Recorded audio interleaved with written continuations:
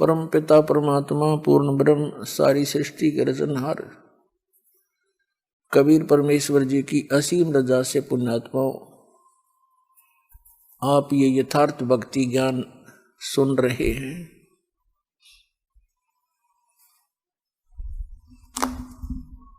ना जाने कौन से युगों युगों के आप जी के पुण्य संस्कार आपके साथ जुड़े हुए हैं, जिस कारण से आप जी को मानव शरीर उस समय में मिला हुआ है जो समय परमात्मा ने पहले निर्धारित किया हुआ था। कलयुग का ये 5500 वर्ष जब बीत जाएगा, उस समय परमात्मा ने कहा था कि सभी पुण्यात्माओं को सतभक्ति का संदेश देकर संपूर्ण अध्यात्म साधना का मार्ग बता करके पूर्ण मोक्ष प्राप्त कराएंगे। तो वो समय अब आ चुका है। कलयुग 5500 वर्ष बीत चुका है। परमात्मा का वो ठीक का समय, निर्धारित समय आ चुका है। तो आपकी बहुत ही प्रबल किस्मत है, बहुत पुण्यकर्मी प्राणी हो आप जी को अब मानव शरीर प्राप्त है, स्त्री या पुरुष का। पुण्यात्माओं थोड़ी सी सतर्कता बरतना और जरा सा विवेक से काम लेना। अब के आपका युगों युगों का ये झंझट मिट जाएगा। असंख्य जन्मों का ये दीर्घ रोग लगा हुआ है अपने सभी को, जन्म और मृत्यु का। जब तक जन्म और मृत्यु है, सुख जीव को नहीं हो सकता। आप देखते हो जिनके संतान नहीं है वो संतान की ही कामना करते रहते हैं, और जिनके संतान है वो अपने बच्चों में कितना प्यार से रह रहे हैं। वो छोटे छोटे बालक कितने अच्छे लगते हैं, छोटे छोटे बच्चों को माता पिता कितने प्रिय लगते हैं। और एक सेकंड में ना जाने क्या बिजली गिर जावे इस गंदे लोक में, बालक ही मर जावे। एक बहन बता रही थी, जब ज्ञान हुआ कहने लगी कि मेरी ननद आई हुई थी, उसका छोटा सा बालक था 1-1.5 वर्ष का। वो मेरी सास के साथ यानी अपनी माँ के साथ बातें कर रही थी। लड़का वहीं खेल रहा था फर्श पे, और वहां कोई पंखे का पंखा लगा रखा था। पंखे का एक तार निकल गया, उस स्विच में नहीं था, वैसे प्लग में सीधा ला रखा था। एक बच्चे ने मुंह में दे लिया। 1 घंटे के बाद माँ बेटी बात करके देखा बच्चा कहाँ है, देखा तो वो खत्म होया पड़ा है, टक्कर मार मार कर रो रहे हैं। 2 मिनट पहले पता नहीं के निंदा चुगलियां कर रही होंगी, पता नहीं क्या क्या आशाएं लगा रखी होंगी। पुण्यात्माओं आप बालक हो बिल्कुल, चाहे यहाँ राष्ट्रपति बना हो कोई, चाहे प्रधानमंत्री हो सारी पृथ्वी का, जब तक इस ज्ञान को नहीं समझेगा वो इंसान वाला कर्म नहीं कर रहा और ना कर सकता। और इस ज्ञान को समझने के लिए थोड़ा सा धैर्य रखना पड़ेगा आपने। जो भी आज तक हमने ज्ञान सुना है वो कोरा अज्ञान है, दंत कथा सुन रखी है।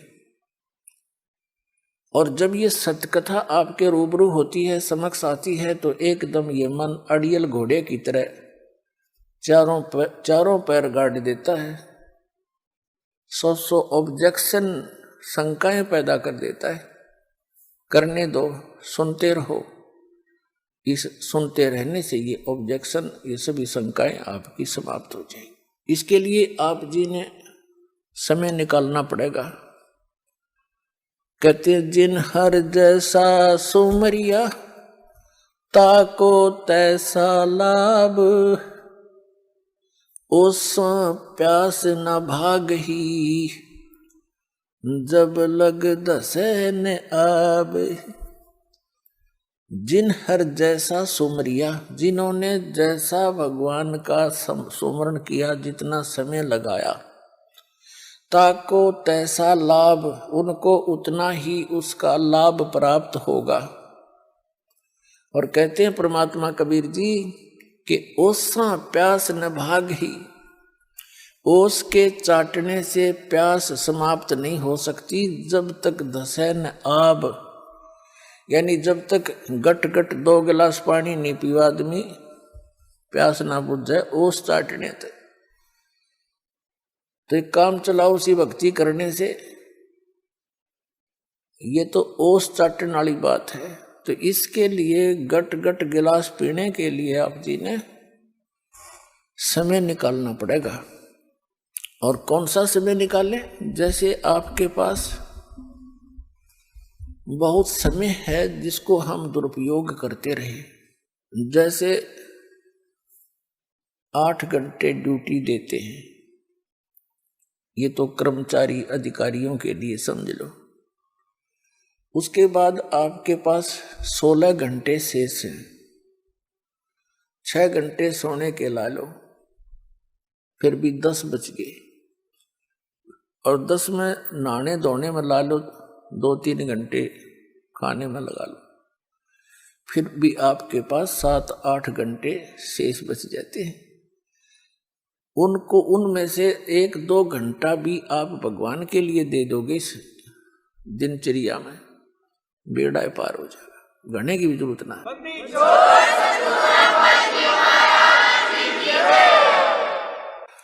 तो पुण्यात्माओं, जैसे हमने पहले शिक्षा का ज्ञान नहीं था और शिक्षा की कोई हम आवश्यकता भी ना समझा करते, हमने देखे हमारे दादे परदादे सारे अपने परंपरागत कार्यों को करते रहे। किसान है, किसान के काम में लगे रहे पिछली सारी पीढ़ियों की जितने भी याद हैं। मजदूर हैं, मजदूर वाली पीढ़ी अपने कर्म में लग गए। कुम्हार है, अपने बच्चों को वही ट्रेनिंग दे करके आगे काम लगा देता था। और वो अच्छा था, वो बहुत बेस्ट था, बेईमाना नहीं था, अपनी मेहनत मजदूरी से करके रोटी खाया करते थे, पाप के भागी कम बढ़िया करते। और अब हम माया पुजारी हो गए, 2 अक्षर सीख के अफलातून पाक गए। अहंकार का अंत नहीं, किसी अधिकारी ने देख ले, छोटे से छोटे कर्मचारी से बात कर ले, क्यों टाइम पर टूक मिल गया, 2 पैसे की नौकरी मिल गई, ना भगवान की जरूरत और ना कोई डर रहा किसी का। और फिर अगले जन्म में क्या बनेगा? कुत्ता बने, सिर में कीड़े पड़ेंगे, खाज लगेगी, गड़ी में बैठा टुकड़े की चिंता न्यारी। तो ये दुख नहीं दिखता उस प्राणी को, उस दुख को दिखाने के लिए, याद दिलाने के लिए ये सत्संग किए जाते हैं। सत्संग वो होता है जिसमें केवल सत्य हो, असत्य का समावेश ना हो। और सत्य केवल परमात्मा ही बता सकता है, दूसरा सत्य बोल ही नहीं सकता, बता ही नहीं सकता। तो वो परमात्मा कौन है जो सत्य बोलता है? वो सत्य साहिब है।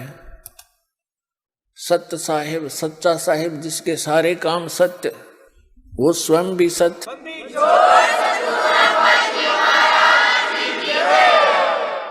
तो वो सत्य साहिब कौन है? वो कबीर साहिब है, जो काशी में इस कलयुग के अंदर, बनारस के अंदर, भारतवर्ष की पावन धरती पर 120 वर्ष रहे, एक जुलाहे का काम किया करते थे और अपनी मेहनत मजदूरी करके,